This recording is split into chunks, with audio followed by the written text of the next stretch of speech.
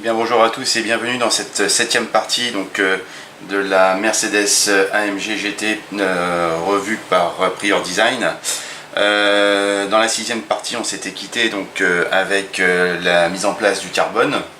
Donc j'ai un petit peu tardé à remettre une vidéo pour la simple et bonne raison, c'est que j'ai verni le carbone en Gravity Gloss, donc en Gravity brillant.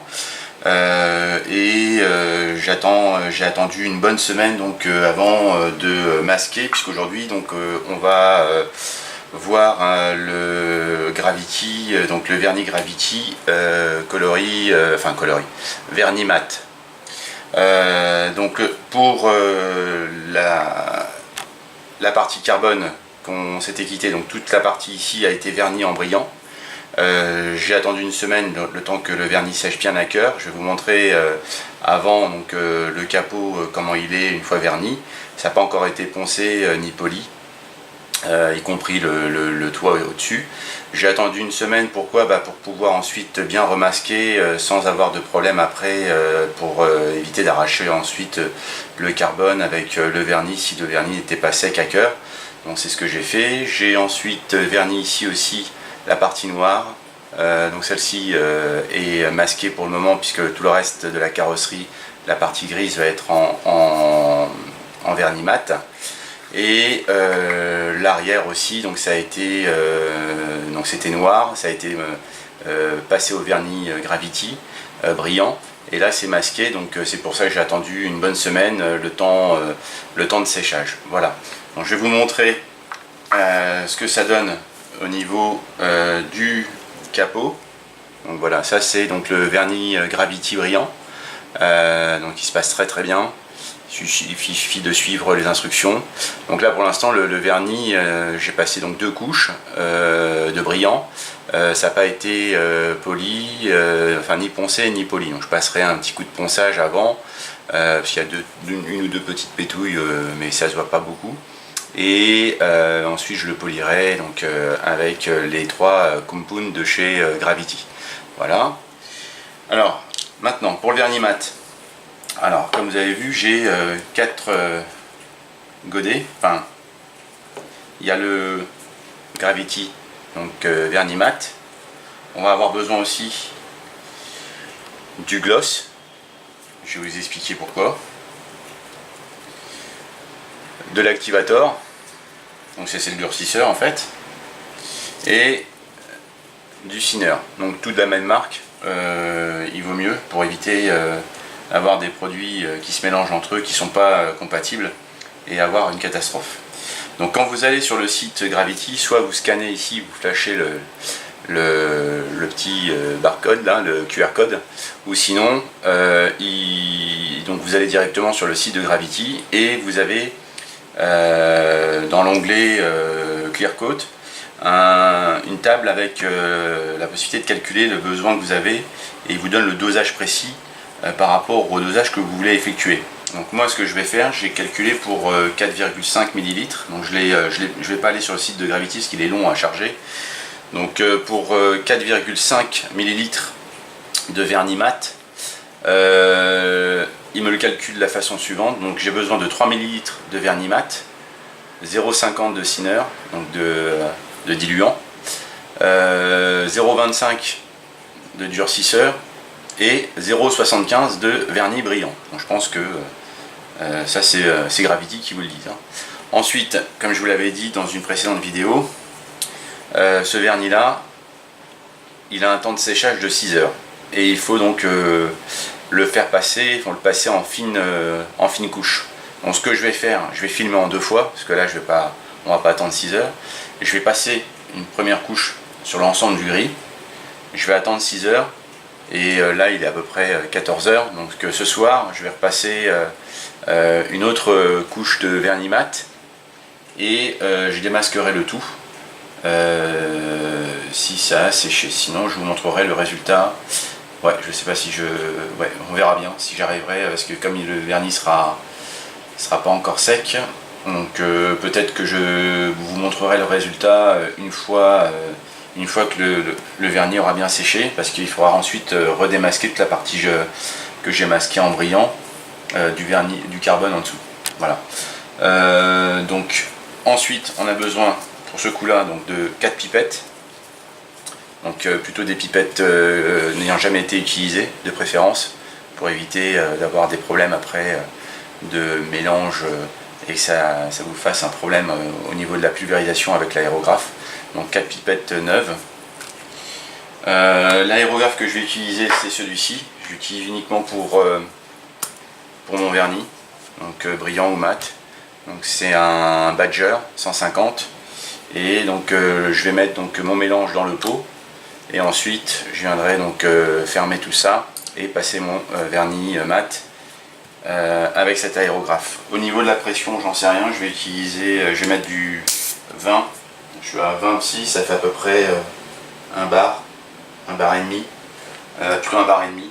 Donc comme c'est à passer en fine couche, c'est la première fois que je vais l'utiliser, donc on va voir ce que ça donne, on verra bien. Donc là je vais préparer mon mélange, comme ce qui est indiqué, comme je vous l'ai dit, et puis on se retrouve tout de suite après. Voilà, donc je suis prêt, donc mon mélange est fait, donc j'ai pas mis beaucoup, hein, j'ai pris juste 4,5 ml. Je vais voir ce que ça donne déjà avec quelques fines couches du mélange. Donc on le voit, hein, c'est beaucoup plus c'est pas du tout clair comme mélange, hein, puisqu'on voit que le vernis mat est opaque, hein, donc on va passer ça légèrement en fine couche et on va voir ce que ça donne. Donc j'en ai jamais passé, on verra bien. Je mets le masque, ça va faire un peu de bruit parce que je vais mettre la ventilation, hein.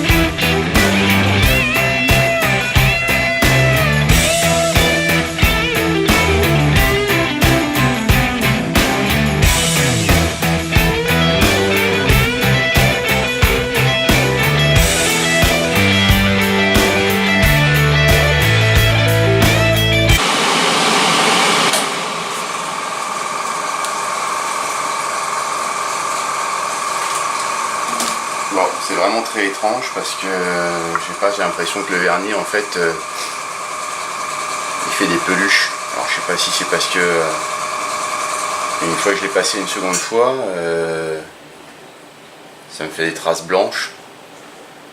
Je vais repasser encore une couche pour voir, parce que là ça va avoir d'autres parties et là c'est parce que j'ai pas passé encore une deuxième couche.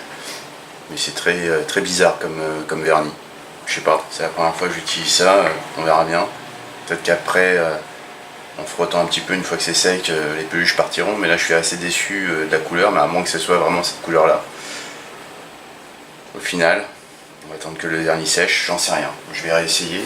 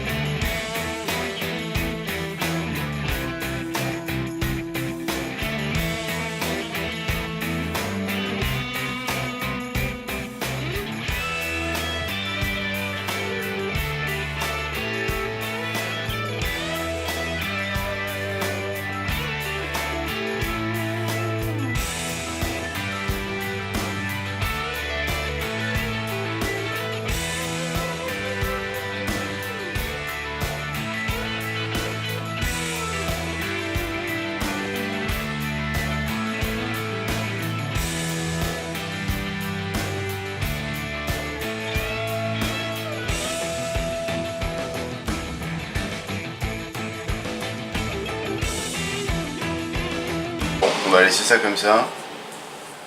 On va voir ce que ça va faire une fois sec. Et je vais attendre 6 heures, je vais repasser une couche, mais ça me fait plein de peluches blanches, je sais pas ce que c'est. On verra bien. Je vais attendre que ça sèche tranquillement et je vous montrerai peut-être le résultat hors caméra. Enfin après, je vais peut-être revernir hors caméra et je vous montrerai le résultat après. Je suis un petit peu déçu du vernis. Soit c'est moi qui ai mal fait le dosage, mais je pense pas. Ou alors c'est la teinte avec le métal, la teinte métallisée. Pourtant c'est une teinte qui est préconisée pour recevoir du vernis mat. Donc on va voir, on va laisser attendre comme ça, que le vernis se tende, et puis on prendra la suite de la vidéo tout à l'heure. A tout à l'heure. Bon alors donc je vous explique ce que j'ai fait, parce que en fait ça a été une catastrophe. Le vernis mat m'a complètement blanchi la carrosserie. Alors je pense qu'à mon avis il faudrait que je fasse un test. En fait j'ai été con, j'ai pas fait de test avant de faire le vernis mat.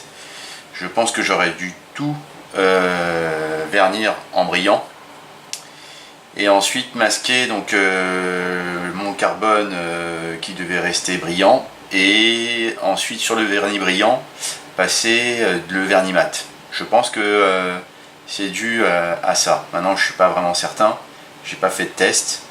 Les dosages, je pense que j'ai fait ce qui était préconisé sur Gravity, donc le site de Gravity, donc je pense qu'à mon avis ils n'ont pas dû se planter.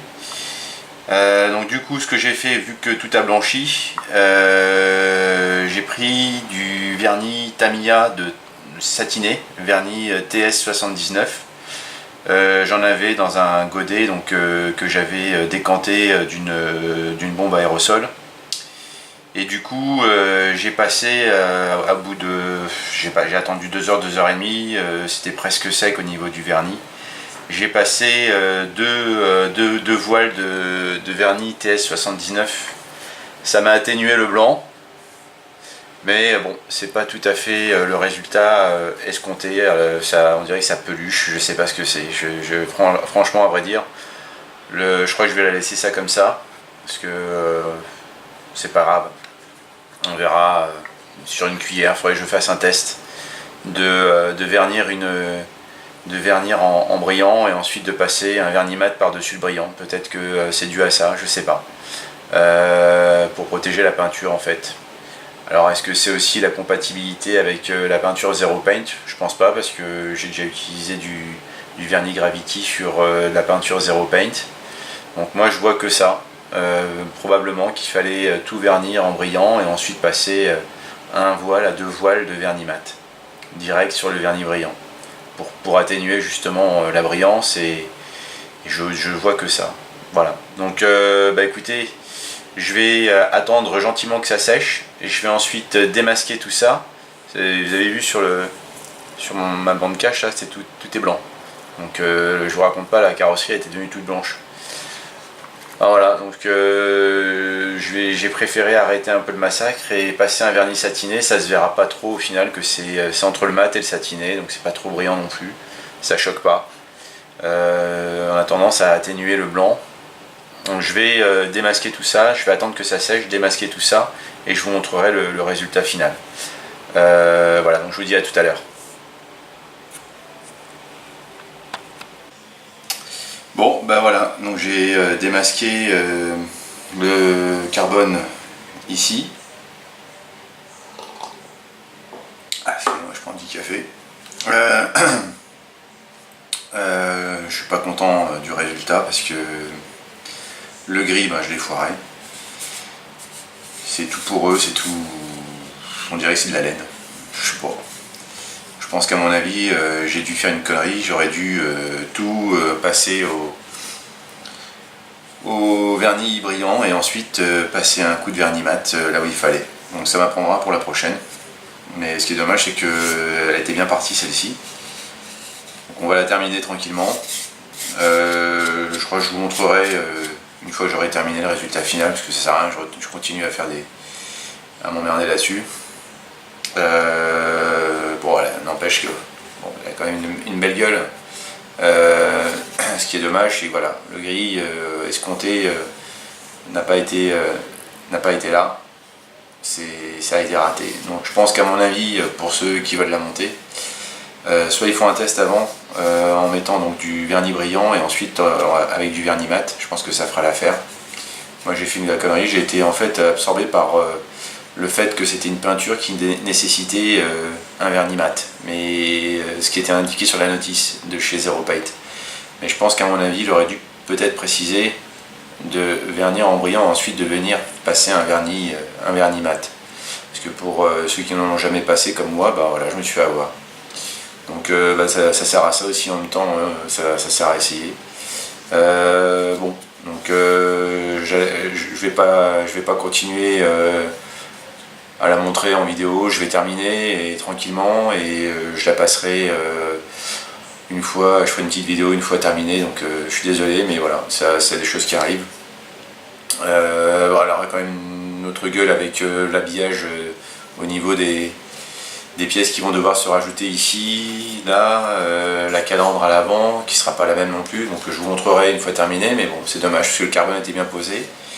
Le vernis aussi, et il y avait quand même une, deux, trois choses différentes, enfin trois teintes différentes à faire sur la même bagnole, ce qui n'était pas évident non plus. Mais bon, donc prochaine vidéo, je vous la montrerai une fois terminée. Voilà, donc je suis désolé, mais je continuerai pas à faire d'autres montages sur celle-ci. Je la montrerai finie, et je vous montrerai le résultat final. Voilà, écoutez, maintenant s'il y en a qui l'ont essayé, le vernis mat de chez Gravity, et qui ont eu de meilleurs résultats que moi, qu'ils me le disent. Mais je pense qu'à mon avis, l'erreur vient de là. C'est pas un problème de dosage, c'est un problème, à mon avis, de ne pas avoir tout verni en brillant et ensuite passer un vernis mat que là où il fallait. Parce que les pigments en métal, ils ont été bouffés par le vernis mat. Et je pense que c'est ça qui a fait que j'ai eu cette réaction avec le vernis mat. Donc il faudra faire gaffe pour la prochaine Mercedes de chez Tamiya, la GT, parce que ça va être la même chose, ça va être un gris mat. Donc faire un test avant. De toute façon, il y a des décalques à mettre, donc à mon avis il faudra quand même vernir avant les décalques, après les décalques, et ensuite repasser un vernis mat. Je pense que c'est là où j'ai fait une connerie. Voilà, bon écoutez, prochaine vidéo, je vous la montrerai finie. Et en attendant, portez-vous bien. Et je voulais vous dire aussi que la chaîne a atteint un peu plus de 500 abonnés, et là je suis content aussi. Bon, ça fait partie des choses où je suis content. Déçu de la maquette, mais bon, c'est des choses qui arrivent, tant pis. On essaiera, j'avais pas le courage de la recommencer, parce que vu le carbone, il fallait tout recommencer, carbone, tout ça, donc tant pis, je la laisserai comme ça, je la terminerai, et puis je vous montrerai. Voilà. Écoutez, passez une bonne soirée, désolé pour cette vidéo. Le montage est terminé pour celui-ci, et je continuerai donc à la prochaine vidéo avec la FW24, donc la Williams. J'ai un petit peu commencé le moteur, donc là cette fois-ci je vous montrerai, je peindrai, puis je montrerai devant vous et je peindrai avant. C'est beaucoup plus simple parce que là il y a pas mal de boulot à faire de peinture à chaque fois. Et filmer tout ça en peinture, c'est pas évident à chaque fois. Voilà, surtout qu'il y a des temps de séchage incompressibles et moi je peux pas peindre et monter dans la foulée, c'est impossible. Bon, écoutez, désolé pour celle-ci en tout cas, et écoutez, je vous dis à très bientôt pour la prochaine vidéo, donc pour la fin de celle-là et la première partie de la FW24. A très bientôt et bonne soirée.